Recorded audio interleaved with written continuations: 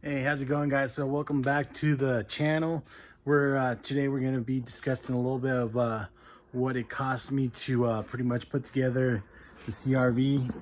We're going to be explaining pretty much every single little cost that I had in it, everything I spent on it, and to get it to where it's at right now, pretty much, and what's coming next, what else we got going on, and go from there. As it started off, pretty much we ended up doing the bottom end, which was a CSS block, no sleeve, no nothing, just stock GSR block. We did the 81.5, pretty much 0.5 over on the pistons. We did a stock crank, bearings, normal stuff. So pistons and rods and bearings, that alone came up to pretty much be about almost like $1,100. CSS block out here ran me about $600 and stuff. Also, we ended up doing how to get a crank, because the one on this motor was messed up, so that ran me another $300 on that one. And we ended up getting a ported oil pump on it, so we did the stock ported oil pump on it. That was another $300 there. Stock head gasket, $140 there. And as far as the head goes, pretty much stock head. I redid the stock valves and everything. We ended up using stock valves in it. We just put the GSE retainers on this one, which are those were about $400 more on that as well. We ended up getting a new dizzy. That was like $200. The blocks, intake manifold, and the throttle body I already had from my previous motor, but I mean, I think those run about maybe $300, if that. And then we got the AEM rail with the fuel line, -6, and -6 going in and out just for now. We are upgrading that soon, and we ended up getting the fuel lab, pretty much pressure regulator, because the AEM one did end up failing, so we needed something to hold a little bit more pressure. We are going to upgrade this here in the future on that as well, so we're going to go ahead and upgrade that. But that alone costed me about let's see, it was about $600 for the lines and all the lines, the fittings, $200 for the fuel pressure regulator, and so almost $1,000 on the fuel system there alone. And then ended up getting the intercooler. The intercooler came out pretty dope, because I do have an Evo 10. For those that have been following me the channel, there is some videos uploading those about that one. I'm going to Mexico, so I had this laying around. I think it cost me maybe $80, something like that. So ended up using that, which ended up working nice, kind of how I wanted the setup.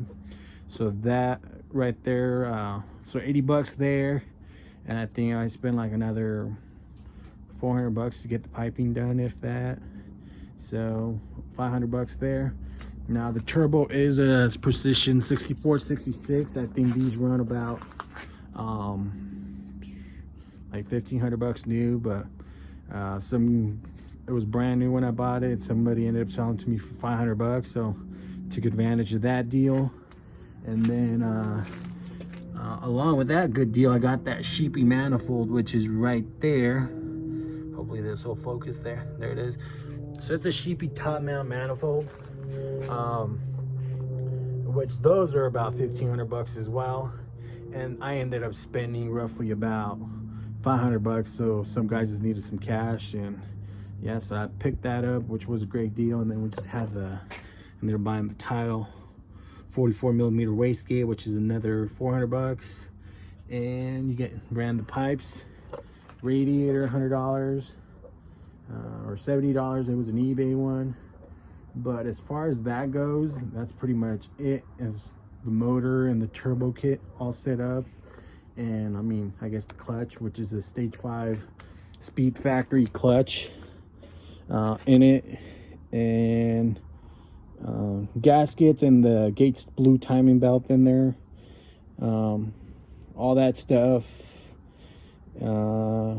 Ended up, I think in the end, if I added it up correctly, ended up being close to like $7,000 for just that. The tranny is still stock, bone stock tranny, bone stock axles.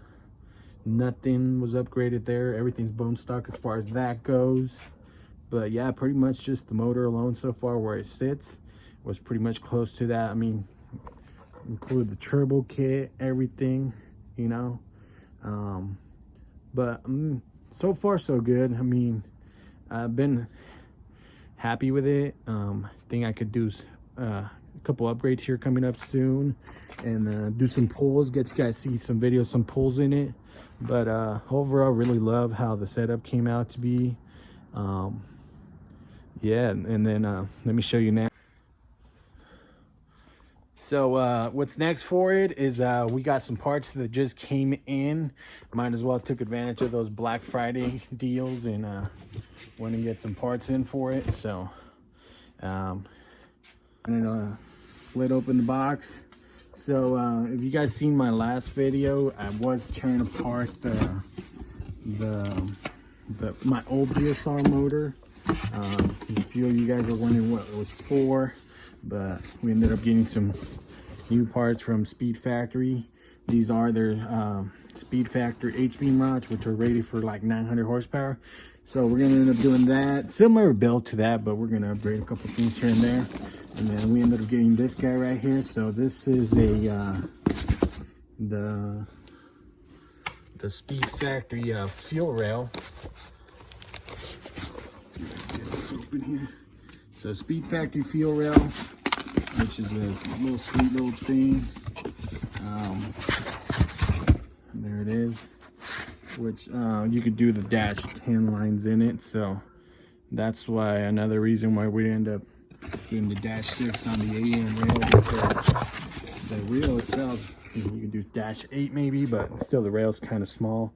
So we're gonna end up using this guy right here. We're gonna do this one instead, and comes all with all the nice hardware and all the stuff you need to mount it up. But yeah, we're gonna end up doing like a dash 10 in it now, or a dash 8 instead, or I might even do a dash 10. But yeah, go from there and put that on, upgrade the line, and that way I could lower my fuel injector, because right now I think they're about 95% duty cycle, so I will end up burning those out if I keep them there. But yeah, and that's what I ended up doing this, and then I'm gonna get a bigger pump too, and that way drop that up.